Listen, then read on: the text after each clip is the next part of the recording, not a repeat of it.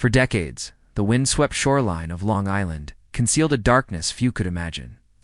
Beneath the quiet sands of Gilgo Beach, a series of gruesome discoveries would expose one of the most disturbing crime sagas in modern American history. It all began in 2010. During a routine search for a missing woman, investigators stumbled upon something far worse: human remains buried along a desolate stretch of Ocean Parkway. Then they found another. What started as a single tragedy quickly unfolded into a chilling pattern, suggesting a calculated killer had been operating in plain sight for years.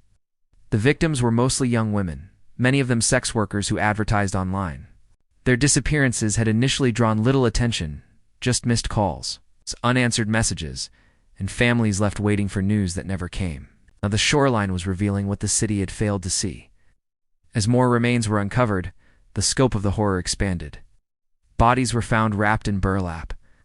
Some were dismembered. Others were separated by miles, yet linked by haunting similarities. Investigators realized they were dealing with a serial killer, who the media dubbed the Long Island serial killer.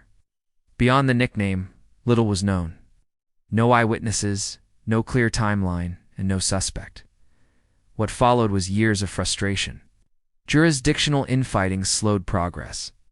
Leads went cold. Families accused authorities of indifference, questioning if the victims were ignored because of their lifestyles.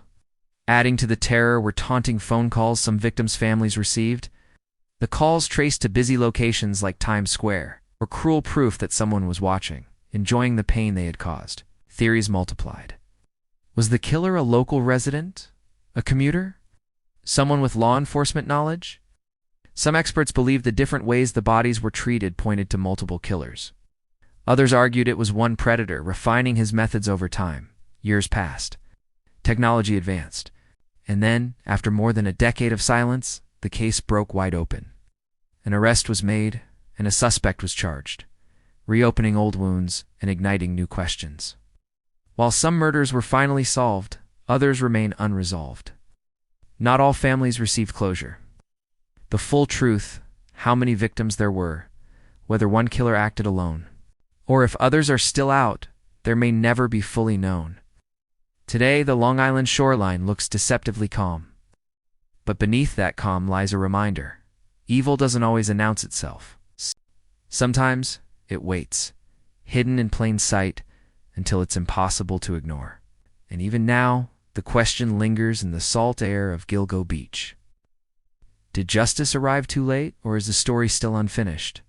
Thanks for watching. Don't forget to like and subscribe for more deep dives into compelling stories.